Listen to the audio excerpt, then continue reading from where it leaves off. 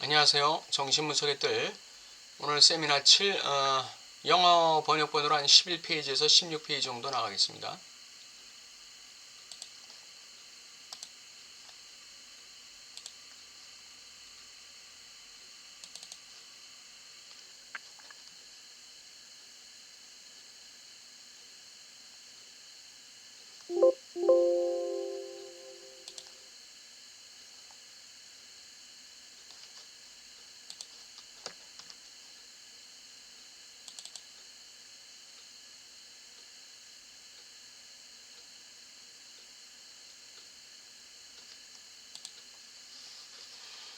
예, 오늘은 분석적 이상 두 번째, 진정성의 이상입니다. 진정성의 이상이란 가면 벗기기 그 이상을 말합니다. 인간은 자기를 타인에게 일종의 완제품으로 보이기를 원하며 이 때문에 가면 쓰기를 합니다. 소위 말하는 그 페르소나를 장착하는 것이죠. 마치 내가 뭐뭐인 것처럼. 그 이유는 뭐죠? 그것은 사회적인 인정욕구, 타자의 인정욕구가 그 목적이 되겠죠. 이게 가면 쓰기를 한다는 것입니다. 가면 벗기기란 일종의 덕의 과학, 실천적 이성, 상식의 영역의 접근이다. 우리가 흔히 미덕이라고 부를 수 있는 것은 여기에 뿌리를 내린다. 가면 벗기기란 하나의 그 진실된 모습 보이기를 넘어서서 그것은 하나의 덕이다 그랬어요. 덕이다. 가면을 벗는다는 것은 뭘 의미합니까? 자신의 무의식적 진실에 대해서 솔직해지는 것을 얘기하는 것이죠. 그것은 하나의 덕입니다. 윤리이죠. 그것이 실천적 이성이고 상식의 영역에 접근이다 그랬는데 락강이 보기에 그 상식은 우리가 무의식의 진실을 대면하는 게 상식입니다. 의식적 차원에서의 그런 이성적 작용 또는 의식적 차원에서의 어떤 행위적 차원, 이것은 진정한 의미의 주체의 윤리가 아닙니다. 우리는 주체는 무의식적 진실을 항상 대면하는 것, 무의식 진실을 마주하고 있는 것, 그것이 덕이고 그것으로부터 모든 윤리적 행위가 파생된다 이렇게 보는 것이죠. 분석적 이상 세 번째, 비의존성의 이상입니다. 프로이디안들의 입장은 넓은 의미의 교육에 대해서 근본적으로 구성적인 유보적인 입장을 취하고 있다 그랬습니다. 그러니까 그 넓은 의미의 교육이라는 건 일반적인 의미의 교육을 얘기하겠죠. 그러니까 분석 상황에서의 어떤 그 교육적 기능, 분석에서의 어떤 교육적 기능, 자아를 강화시키고 판단력을 현실화시키는 그런 종류의 그 교육, 이것에 대해서는 좀 유보적인 입장을 견지하고 있죠. 의존성에 대한 삭제, 치부라는 것은 겉으로 이렇게 치워두는 것이죠. 철회 등의 정형외과적 수술이 필요하다. 비의존성, 이 의존성은 수술이 필요하다는 것이죠. 의존성은 우리의 윤리적 사고에는 부재 차원이 포함된다. 비의존성이란 주체성을 말하며 독립적이고 책임있는 주체 차원을 말한다. 분석 상황에서 그 대타자를 의존하고 있는 상황, 동일시하는 상황, 그 사랑을 요구하는 상황, 이것은 주체적인 입장이 아니죠. 그건 독립적인 입장이 아닙니다. 그것은 주체에 대해 책임지는 입장이 아니죠. 그래서 그것은 삭제돼야 되고 치부돼야 되고 철회돼야 되는 것이죠. 정형외과적인 수술이 필요하다는 것이죠. 아리스토텔레스는 윤리학에서 선을 강조하는데 이는 성격 형성, 습관의 역학, 습관과 관련된 행동, 훈련, 교육의 차원이다. 그러나 무의식의 본질은 고통으로서의 선, 즉 주체화의 윤리의 핵심이 있다. 아리스토텔레스의 윤리학은 고상한 덕을 기초로 하고 있습니다. 고상한 덕을 기초로 해서 선이 이루어지는 것이죠. 고상한 덕을 기초로 해서 선이라는 실천적 행동이 만들어지는 것입니다. 그래서 성격이 형성되고 습관이 형성되고 그렇게 되는 것이죠. 그러나 프로이드에 있어서의 그 무의식의 본질은 고통으로서의 선이다. 다시 말하면 자기 자신의 실제를 만남으로써. 그러니까 이 프로이드가 이 투쾌적인 의미의 입장에 서서 얘기하지는 않았지만 프로이드를 해석하는 락강의 입장은 프로이드의 무의식의 본질은 바로 고통으로서의 선이다. 고통을 대면할 때, 즉 쾌락 원칙을 넘어설 때, 쾌락 원칙을 넘어설 때 여기에 바로 주체의 윤리가 있다. 그걸 얘기하는 것이, 그게 바로 비의존적 주체다, 이렇게 얘기하는 것이. 비의존적 주체, 독립적 주체, 책임지는 주체, 그것이 바로 정신분석의 윤리다, 이렇게 얘기하는 것이죠. 도덕과 관련된 태도의 변화. 아리스토텔레스의 윤리는 선의 문제이고 쾌락의 기능이 강조된다. 선은 곧 쾌락이에요. 선을 행하면 쾌락이 오는 것이죠. 이는 프로이드의 1차적 과정과 2차적 과정의 이론적 기준점이 되었다. 1차적 과정은 무엇을 지향하는 것인가요? 쾌락을 지향하는 것이죠. 쾌락 원칙의 기준이 있습니다.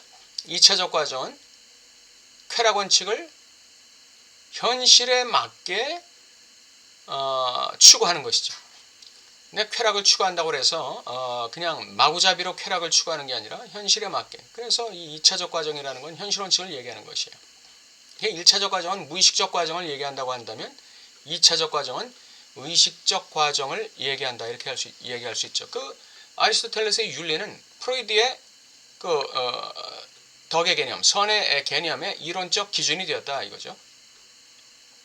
그러니까 프로이드도 마찬가지로 쾌락 원칙이 중요하다. 쾌락이 중요한 거예요. 근데 그 쾌락은 짐승성의 쾌락이 아니라고 그랬죠. 승화된 쾌락. 그걸 얘기한다고 했습니다. 프로이드를 무슨 성의 노예같이 해석하고 말이죠. 무슨 어린애들도 유아 성욕이 있다 그래가지고 무슨 인간이 성욕의 노예인 것처럼 얘기하는 사람들이 많은데 그건 전혀 엉뚱한 소리 하고 있는 것이죠. 파이와 팔루스에서의 쾌락의 차이. 파이라는 건 뭐예요? 1차 과정에 해당되는, 무의식 과정에 해당되는 것이고, 팔루스는 2차 과정에 해당되는 것이죠. 여기에서의 쾌락의 차이. 1차 과정 수준에서의 쾌락을 상상계적 즐거움이라고 한다면 팔루스적 수준에서의 쾌락은 상징계적 쾌락이라고 할 수 있다. 1차 과정에서의 쾌락은 나에게 그냥 선하게 여겨지는 거예요. 나에게 좋게 여겨지는 거. 나에게 즐겁게 여겨지는 거. 나에게 즐거움을 주는 거예요. 이거는 좀 상상계적인 것입니다. 이거는 현실적인 기준에 의해서 검증된 쾌락이 아니에요. 진정한 의미의 쾌락이라고 말할 수가 있을까? 이런 걸 신경계적 쾌락을 얘기하는 거죠. 쾌락이라는 거. 이 파이 수준에서의 쾌락은 신경계적 쾌락이에요. 그냥 딱 들었을 때, 딱 봤을 때, 딱 경험했을 때 그냥 즐거운 거예요. 거기에는 어떤 선악 개념이 분명하지가 않은 거예요. 나에게 즐거움은 다 그건 선인 거예요. 나에게 좋으면, 내 신경계에 그냥 좋으면 그거는 선인 것이죠. 이 팔루스 수준에서의 쾌락이라는 건 상징계적 쾌락이, 현실적 쾌락이죠. 현실 원칙에 맞는 쾌락. 윤리의 근본적인 문제는 실제에 대한 주체의 입장이다. 그러니까 쾌락 원칙과 현실 원칙을 넘어서서 실제에 대한 주체의 입장이 뭐냐, 실제에 대한 주체의 위치가 어디에 지금 상정되어 있느냐, 이것이 이제 윤리의 근본적인 문제다, 이 얘기죠. 쾌락이 근본적인 문제이긴 한데 그 쾌락이 실제와의 관계에서 주체가 어떤 위치를 점유하고 있느냐, 어떤 위치에서 실제와의 관계 속에서 쾌락을 추구하느냐, 이게 윤리의 근본적 문제다, 이거죠. 아리스토텔레스 시대부터 주인의 기능이 강조되었지만 19세기 초기 공리주의에서는 노예가 문화의 생산자로 중요한 주체로 부각되었다. 아리스토텔레스 이후에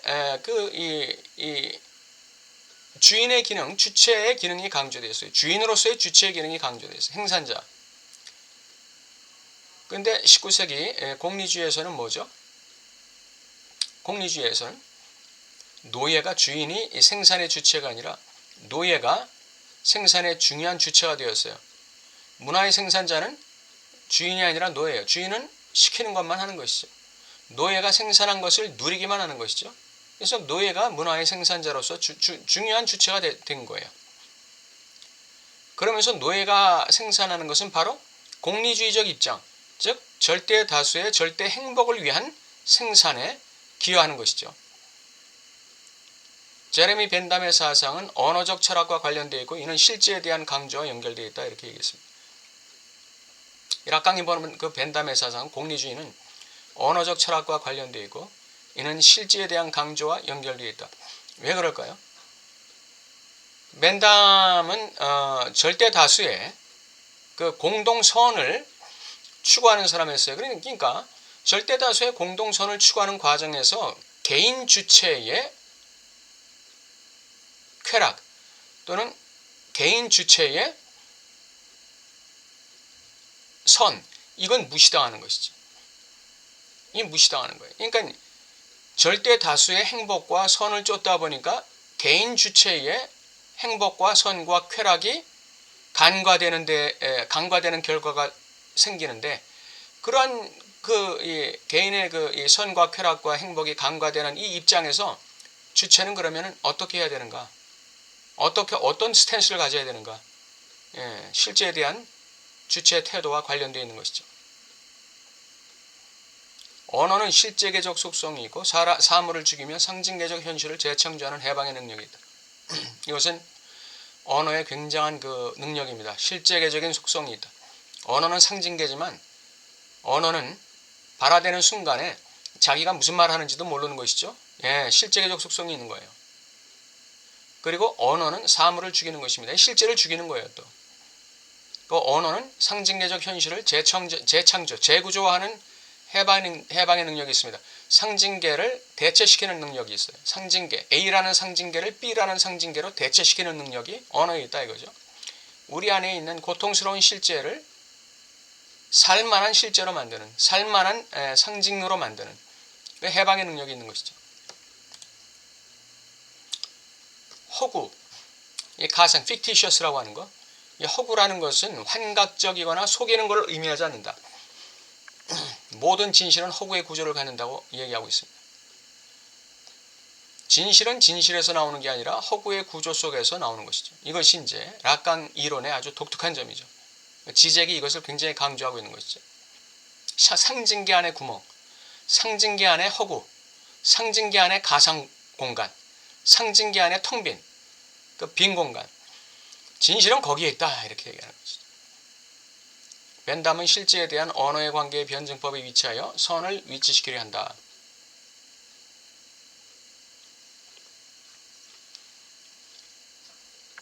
실제에 대한 언어의 관계의 변증법에 위치하여 선을 위치시키려 한다. 이게 무슨 말이죠? 실제에 대한 언어의 관계의 변증법. 언어는 실제를 해석하는 것이죠. 이 언어를 해석하는데 실제가 해석되지 않으니까 계속해서 실제를 해석하기 위한 변증법적 과정을 돌리게 되는 것이죠. 거기에서 뭐가 나온다? 거기에서 공동선, 공동의 행복이 거기서 나올 수 있다고 보는 것이죠. 벤담. 그러나 프로이드는 의무와 불만족 사이의 대립, 허구와 현실 사이의 대립 사이에 선을 위치시킨다. 초자의 명령에 대한 복종이 의무잖아요. 그 의무와 불만족, 근친상간을 금지당했으니까 근친상간 욕망에 대한 그 불만족이 생기는 것이죠. 그러니까 초자의 명령에 대한 복종의 의무와 이 불만족 사이의 대립, 여기에 선을 위치시켰어요. 그러니까 나는 어떻게 할 것인가? 초자의 명령에 복종은 해야겠고, 그러자니 나는 근친상간의 욕망이 불만족당하고, 그럼 나는 어떻게 해야 될 것인가? 여기에 이제 선의 문제가 있다 이렇게 본 거죠. 허구와 현실 사이. 허구는 무의식적 현실을 얘기합니다. 허구는 상상계가 아니에요. 허구는 무의식적 현실, 즉 무의식적 언어 구조 한복판에 뚫린 텅 빔을 얘기하는 것입니다. 그것과 현실, 의식적 현실 사이에 대립 사이에 선을 위치시키라 한다. 예.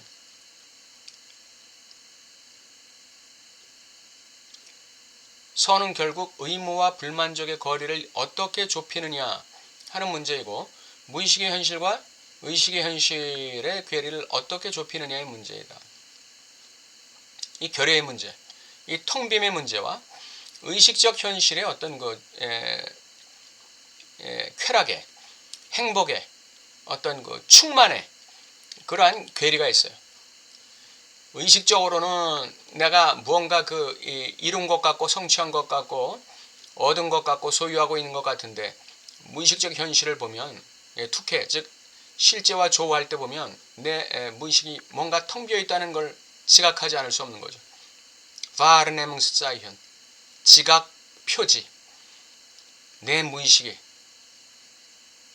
나에게 가르치는 지각 표지. 그것이 뭡니까? 너 뭐 겉으로 뭐 이 옷 저 옷 좀 주워 입은 것 같아? 네가 뭔가 좀 된 것 같아? 넌 텅 비었어. 넌 아주 무식해. 넌 아주 무능해. 넌 아주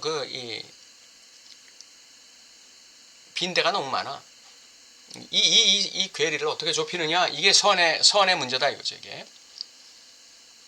이거는 굉장히 기독교적인 그런 맥락을 가지고 있는 문제죠. 예. 프로이드에게서 쾌락은 허구적이고 애매모호한 것이지만 인간을 구속하는 힘이다. 즉 실제적 속성을 갖지만 인간을 구속하는 힘이다. 허구의 구조는 상상계가 아니라 상징계다. 예. 그래서 진실은 허구의 구조에서 나온다. 진실이라는 상징계는 허구의 구조에서 나온다. 예. 허구의 구조를 갖는다. 예. 이렇게 되어 있습니다. 그래서 프로이드에게서 이 쾌락이라는 것은 허구적이고 애매모호한 것이지만 인간을 구속하는 힘이다. 그렇기 때문에 그 쾌락을 쫓는 것이죠. 예.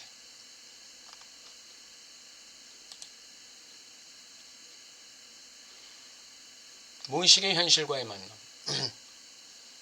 무의식은 상징계의 기능으로 구성되어 있습니다. 언어처럼 구조화되어 있다고 얘기했어요. 쾌락 원칙이 추구하는 것은 기호의 회개라는 것이다. 쾌락 원칙이 추구하는 것, 그건 기호의 회개다. 다시 말하면 바르넴사이현의 회개다. 지각 표지의 회개다. 그렇게 얘기할 수 있죠. 왜? 지각 표지라는 것이 바로 포아슈테융스 레프레젠탄트, 즉 표상의 대표자를 얻게 되는 근거가 되기 때문에 그렇죠. 쾌락 원칙이 추구하는 것은 기호의 회귀다. 쾌락 원칙이 추구하는 것은 결국은 자신의 결여를 기억하는 것이다. 자신의 결여를 드러내는 것이다. 자신의 결여와의 만남을 경험하는 것이다. 예. 이게 진짜 쾌락 원칙이 추구하는 것입니다. 단순히 쾌락 원칙이 뭐 돈 많이 갖고 싶다. 무슨 어디 뭐 좋은 직장에 취업하고 싶다. 무슨 이런 게 아니에요. 뭐 좋은데 여행하고 싶다. 이런 쾌락을 얘기하는 게 아닙니다. 여기서는 이 쾌락 원칙이라는 거, 이거는 무의식 과정이고, 무의식의 진실로 추구하는 쾌락은 뭐냐? 기호의 회귀예요. 기호의 회귀. 기호의 회귀라는 건 뭐예요? 바르넴스자이현의 생성이라는 것이죠. 다시 말하면 내가 그동안 잊고 있었던 상실과 결여와 텅빔과 무능력이라는 이 무의식의 텅빔을 내가 만나는 것입니다. 그걸 만나는 게 고통스럽잖아요. 고통스러운 거, 그 고통스러운 그 경험, 그것이 바로 선입니다. 그게 선입니다. 선은 거기서부터 출발하는 것이죠. 프로이드의 선은 거기서 출발하는 것입니다. 인간의 행동을 이끄는 건 무의식적이다. 주체가 찾는 것은 가시적 흔적이 아니라 불가시적 흔적, 즉 무의식의 현실이다. 주체가 찾는 흔적, 그것은 가시적 흔적이 아니라 불가시적 흔적.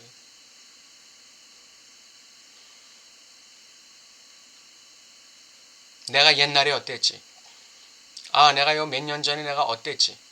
하는 쾌락의 흔적을 찾는 게 아니라 주체가 찾는 것은 그 과거의 어떤 쾌락의 흔적, 경험의 흔적을 찾는 게 아니라 불가시적인 흔적이라는 건 뭐죠?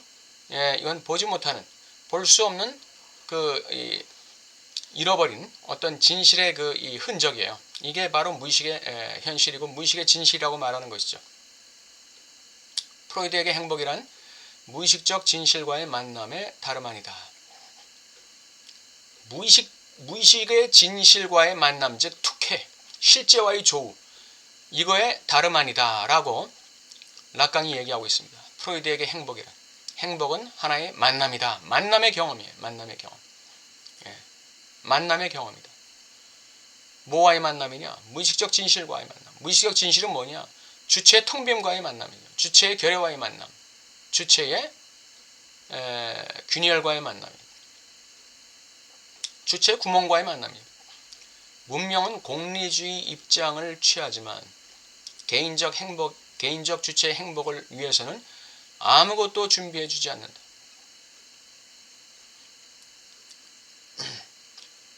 그 원문에서는 대우주나 소우주가 인간을 주체를 위해서 준비해주는 것이 아무것도 없다 이렇게 얘기하고 있죠. 여기에 문명 속에 불만이 있다는 것입니다. 문명은 공리주의의 입장을 취하는 거예요. 절대 다수의 행복을 취하는 것이죠. 여기서 소외되는 개인의 주체적인 행복을 어떻게 다룰 것인가. 예. 거기에 이제 주체의 욕망의 변증법이 위치하고 있는 것이죠. 예, 그것이 그 욕망의 변증법, 그것이 문명 속의 불만, 문명과 그 불만, 문명과 그 불만.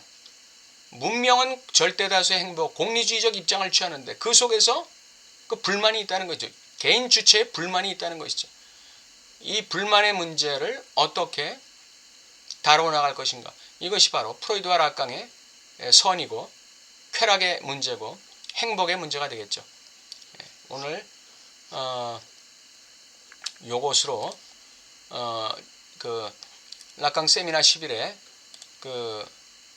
이 영문판의 11페이지부터 16페이지 어강까지 오늘 마치게 되었습니다. 부족한 설명인데 여러분께서 한번 들어보시고 어떤 면으로든 작은 면으로든 하여간 도움되시길 바랍니다. 감사합니다.